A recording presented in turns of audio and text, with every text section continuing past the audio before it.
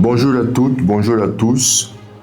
C'est un plaisir pour moi ce jour de vous retrouver et d'avoir ce temps d'échange et de partage sur une notion, une question qui nous est tous chère, à savoir le leadership. Le leadership est considéré pour plusieurs comme d'abord étant une position, un niveau où l'on est.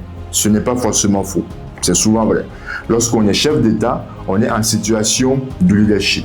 Maintenant, est-ce qu'on pratique ce leadership-là ou est-ce que finalement, ce leadership, il est le vrai qui est utilisé pour l'impact? C'est une autre question. Mais il y a des leaderships de position.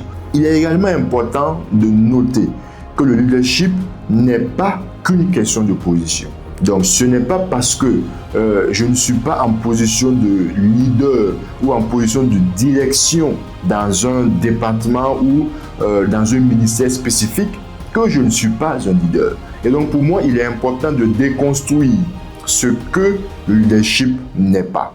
Le leadership n'est pas non plus la situation dans laquelle on se met tout haut à quelque part et où on domine certaines personnes, certains acteurs, on piétine, on a finalement tous les droits et on en abuse, de notre position pour un certain nombre de choses, des privilèges personnels ou finalement des positions qui ne sont pas les plus justes dans ce contexte-là.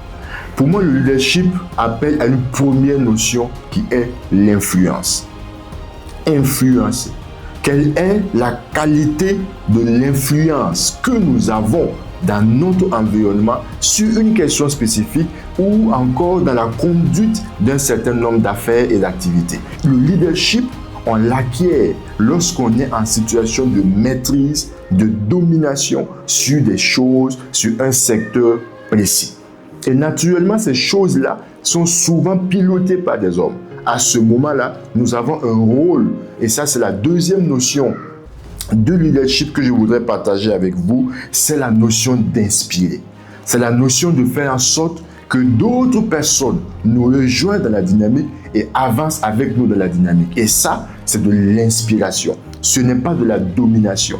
Il y a une différence fondamentale. Ceux avec qui nous travaillons, ceux que nous devons mobiliser et conduire vers un objectif avec nous, nous devons le leur inspirer.